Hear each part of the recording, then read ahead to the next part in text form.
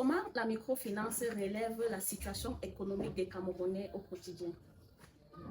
C'est une très bonne question. Et moi, je pense que la microfinance, comme les banques classiques, et travaille avec les Camerounais. Le rôle que la microfinance, même si elle joue un rôle aujourd'hui qui n'est pas totalement le même rôle que la banque classique. Mais il faut dire que la microfinance joue un rôle d'intermédiation. L'intermédiation, ça veut dire que les Camerounais qui sollicitent un accompagnement à la banque, qui ont parfois veulent investir ou bien qui ont un commerce, je veux dire, et qui veulent promouvoir le développement de leur commerce, la microfinance les apporte de l'aide, du soutien, c'est-à-dire à travers les prêts, les crédits qu'on met en place pour soutenir effectivement leur business ou bien leur commerce. Donc voilà un peu ce qu'il faut dire. Et la microfinance apporte du soutien à travers les crédits. Avez-vous vécu une situation où quelqu'un a pris un prêt, peut-être pour lancer un business ou bien quoi que ce soit, mais tu vois échouer, je veux dire échouer pour vraiment échouer. Est-ce que vous avez raconté ou vécu ce type de situation? Ça ne peut pas manquer. Ça ne peut pas manquer. Pourquoi? Parce que je vais juste prendre pour la petite histoire du Cameroun avec les crises post-électorales. Beaucoup de commerces et beaucoup des entrepreneurs qui ont pris de l'argent, qui ont eu de l'argent à travers les prêts dans les microfinances, ont vu leur boutique cassée et emporter les marchandises. Vous voyez un peu, et ça va être un peu plus difficile pour ces entrepreneurs-là d'honorer leurs engagements à la banque. Pourquoi? Parce que leurs fonds ont été emportés et le commerce a été saccagé et les fonds ont été emportés, les marchandises ont été emportées. Il va falloir pour ce genre d'entrepreneurs de recommencer à zéro. S'il a des engagements à la banque, s'il avait contracté des engagements à la banque, ça serait difficile d'honorer à ces engagements. Et comment la banque traite ce type de situation? Oui, parce que c'est des situations qui arrivent de façon spontanée. Le client l'attendait. Et ça peut même pas être la situation post-électorale. Un commerçant peut prendre l'argent et puis il peut commander la marchandise et puis à un moment donné il ne reçoit pas la marchandise parce qu'il y a des commerçants au jour d'aujourd'hui qui ne voyagent pas, qui envoient de l'argent à l'étranger pour faire venir la marchandise et parfois quand ils envoient et que la marchandise n'est pas venue, c'est des situations il y a plusieurs situations qu'on rencontre au quotidien, mais qui n'est pas dépendamment de la volonté du client. Mais en ce moment-là, on peut restructurer son prêt, on peut lui venir en aide en mettant à côté une deuxième ligne de prêt, une deuxième ligne de crédit qui peut lui permettre de se relever et sauver sa situation. Et si vous prenez, je veux dire, parce qu'avant que vous ne donniez un prêt, il y a beaucoup de caractéristiques que vous regardez avant.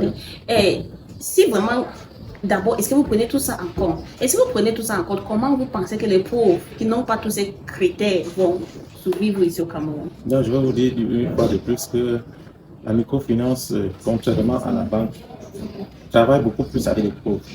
La microfinance est née, comme je vous l'ai dit, je vous ai dit en début de notre émission.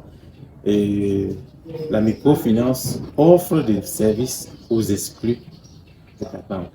Ceux qui ne peuvent pas avoir des services à la banque, c'est à ceux-là que la microfinance travaille. C'était même ça le but fondamental de créer les microfinances à l'époque. Maintenant, comme ce que je voulais dire, la microfinance, les pauvres ne peuvent pas apporter des garanties fiables de la banque, comme la banque l'exige. C'est pour ces raisons qu'ils viennent vers la microfinance qui peuvent leur offrir ce service en fonction de leur niveau, en fonction de leur, je vais dire quoi, en fonction de leur statut, et puis maintenant Parce qu'au niveau de la banque, pour vous allez aller à la banque, on vous demander des garanties solides que vous ne pouvez pas nous offrir. Or, à la microfinance, les services sont flexibles et c'est pour ces raisons que... Bon, maintenant, je veux savoir le côté humain en toi. Est-ce que vous avez un jour vaincu une situation où peut-être une maman ou bien un papa vient chez vous en pleurant, disons peut-être il a pris un prêt sans lire ou comprendre les conditions. Ou bien quelque chose a échoué, ou bien cette dette ne finit pas bien qu'il est en train de... Est-ce que vous avez vécu une situation comme ça qui est douloureuse, qui vient d'un client? Oui, ça ne manque pas, parce que les Camerounais ne lisent pas, je le dis bien. Parce que quand ils arrivent à la banque, on les présente, parce que pour mettre un crédit en place, il y a tout un process. C'est-à-dire, on vous dit, pour avoir un soutien ou bien un financement, voilà ce que vous devez produire, telle chose, les documents. Au moment de la mise en place, il y a un contrat qui vous lie avec la banque, c'est-à-dire le contrat de prêt. Mais maintenant, il y a les termes contractuels qu'il faut lire pour accepter, parce qu'en ce moment-là, vous pouvez encore résilier, accepter ou refuser le prêt qui est en train d'être mis en place. Mais un bon nombre de Camerounais ne lisent pas. Mais est-ce que vous prenez vraiment votre temps d'expliquer aux clients ce que vous signez là, voici l'implication, voici ce que ça veut dire? Moi, je veux savoir, je parle ça pour moi-même. Est-ce que vraiment vous expliquez aux gens ce qu'ils signent? Tout à fait. Par exemple, là où je travaille, malgré les contrats qu'il faut signer, nous, on a instauré dans l'entreprise où je travaille ce qu'on appelle une séance de sensibilisation.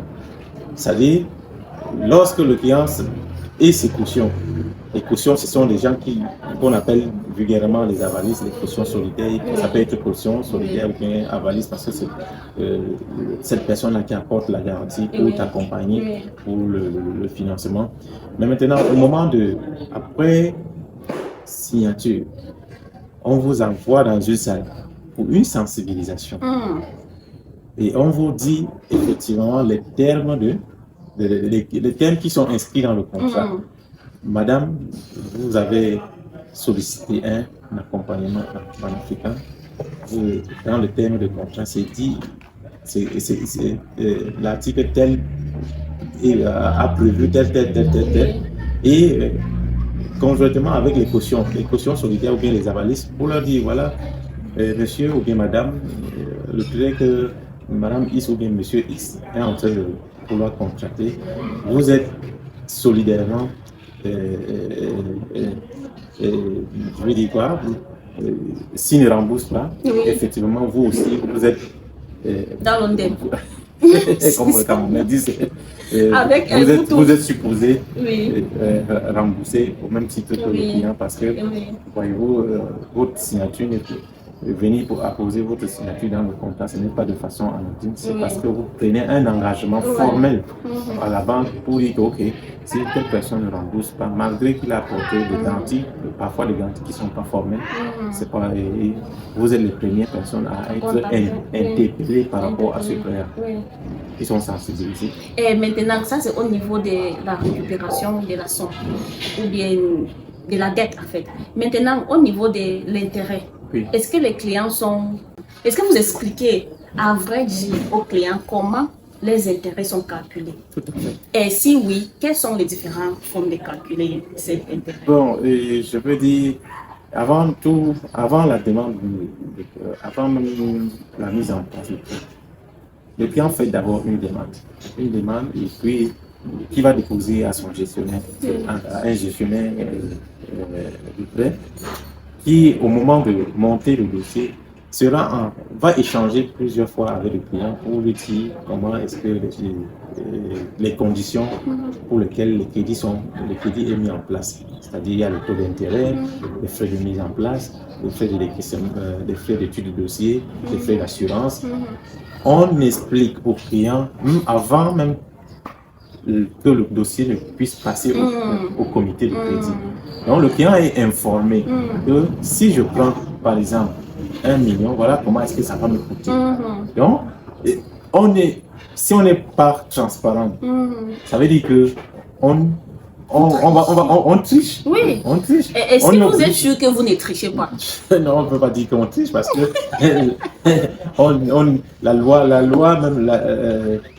loi ne permet même pas à une institution financière, que ce soit la microfinance ou bien la banque, de tricher parce que les conditions doivent être connues, c'est affiché. Ok, quand nous parlons de la microfinance et vous dites ça joue directement avec la population pauvre. Et souvent, les populations pauvres, ce sont les illettrés. Permettez-moi de dire ça. Comment alors pensez-vous qu'ils comprennent en fait l'implication de la calculation de l'intérêt ou bien l'implication des collatérales en français, c'est quoi? C'est qu'ils ont déposé comme garantie. Est-ce que vous pensez que vraiment ces mamans, ces papas comprennent ce que... Oui, je veux dire, on essaie toujours un tout petit peu lorsqu'on est face à une personne qui ne sait pas, qui n'est pas allée à l'école, je veux dire, on essaie toujours un peu de lui apporter notre soutien en l'expliquant, même si il ne peut pas lire, on peut lire pour lui, pour dire que voilà, au moins s'il entend quand même français, parce qu'on ne peut pas faire aussi le commerce en patois au marché, même si on ne comprend pas très bien français, on n'a pas à l'école, on comprend au moins français. Mais maintenant, on essaie de lire pour qu'ils comprennent un peu les thèmes. Et même beaucoup de clients qui sont des illettrés, comme vous l'avez si bien dit, parfois, quand ils viennent vers les microfinances ou bien vers les institutions financières, je veux dire, ils vont vous demander, ils vont vous poser juste une simple question. Combien est-ce que ça va me coûter? C'est ça qui est plus important. C'est ça qui est plus important. Le reste, c'est le focus. Ça veut dire, combien est-ce que ça va me coûter? À ce moment-là, on peut lui faire une simulation sur le taux et on sort un tableau d'amortissement, on dit voilà, et si vous avez 1 million, voilà ce que vous devez payer chaque mois à la fin de votre crédit. Si c'est sur 1 an, voilà ce que vous devez dépenser pour le crédit que vous avez été consenti. Pendant toutes ces années que vous avez passées dans la banque, quelle est votre conclusion de l'habitude des Camerounais à travers des épargnes? Comment, qu'est-ce qu'elle est attitude? Les habitudes d'épargne camerounaises. Voilà, les habitudes. Moi, je vais dire, en vérité, les Camerounais n'aiment pas épargner. Mais les Camerounais aiment quand on le donne. Voilà. Hein? Et bon, je veux dire que pour toute personne qui veut, qui entend en tout cas investir un jour, va commencer par l'épargne. L'épargne, c'est quoi? C'est le résidu qu'on obtient après la dépense qui est engagée sur le revenu que nous avons eu à la fin du mois. C'est-à-dire, puis j'ai un revenu à la fin du mois, après mes dépenses, le reste, c'est ce que nous devions épargner. Si on pense que, effectivement, je vais investir un jour ou bien je projette être un entrepreneur ou bien faire quelque chose de grand dans ma vie. C'est chaque personne qui vit a un projet. On ne peut pas réaliser un projet tant qu'on n'a pas un peu épargné de côté. Vous avez fait banque et finance à l'école et vous êtes en train de pratiquer en fait votre profession. Je pense que vous sentez très bien. Qu'est-ce qui vous intéresse dans ça? Est-ce que tu avais trouvé un problème que tu penses que tu vas résoudre ou bien pourquoi tu es passionné en faisant ça? Et je veux aussi savoir quelle est votre vision. Je veux dire pour vous, comment est-ce que tu vois la microfinance au Cameroun dans 10 ans? Il y a la digitalisation, la technologie. Est-ce que tu vois que le Cameroun est prêt pour ce qui vient? Je veux d'abord répondre à la dernière question. La dernière question, c'est que la vision de la microfinance dans 10 ans. Je puis vous dire que la microfinance a beaucoup évolué au Cameroun. Moi, quand je commence dans la microfinance en 2007, il y avait plein de choses qui n'existaient pas, qui existaient aujourd'hui. Au jour d'aujourd'hui,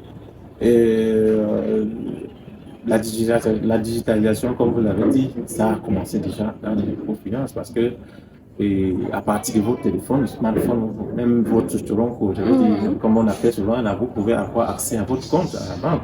Choronko? Oui, tu sais. Est-ce que ça vous étonne? Oui, ça m'étonne. Je croyais que c'est net notre smartphone. Comme pour vous dire qu'en 2007, quand on commence à la micro, je commence à y aller passer ces services à la micro. On ne payait pas les factures dans les microfinances à travers les plateformes. Oui, digital.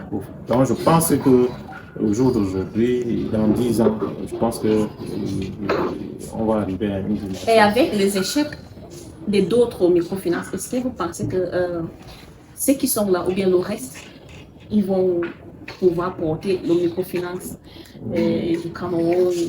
Je pense qu'au Cameroun, il y a quand même des microfinances leaders. Okay. On peut citer plusieurs microfinances, mais je préfère ne pas mentionner les noms. Il y a plusieurs microfinances qui sont leaders et qui aujourd'hui fonctionnent comme des banques. Les services que les banques offrent, ces microfinances offrent également. Parce que, comme je vous ai dit tantôt, à l'époque, à la création, dans les années 1960, quand le Cameroun n'était même pas encore ce que nous voyons aujourd'hui, la microfinance, c'était pour les pauvres. C'était essentiellement pour apporter de l'aide aux pauvres. C'était des coopératives, ça a commencé comme des coopératives. Les gens se réunissaient autour d'une coopérative, formaient une coopérative et ce service-là, c'était entre eux, les membres de coopérative, les membres de cette coopérative. Après, ça a évolué. Au jour d'aujourd'hui, on parle de la microfinance. On ne parle plus du tout de la coopérative, on parle de la microfinance première catégorie, microfinance deuxième catégorie, et ainsi de suite. Au jour d'aujourd'hui, lorsqu'on entre dans les microfinances de deuxième catégorie, c'est essentiellement les services qui sont faits dans les banques. Donc, les services connaissent de la banque, les services de transfert d'argent, les services de paiement, des services via les plateformes, les financements à grande échelle.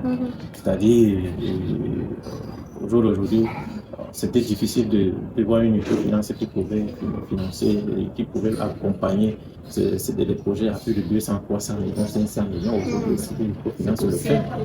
Donc, je pense que dans 10 ans,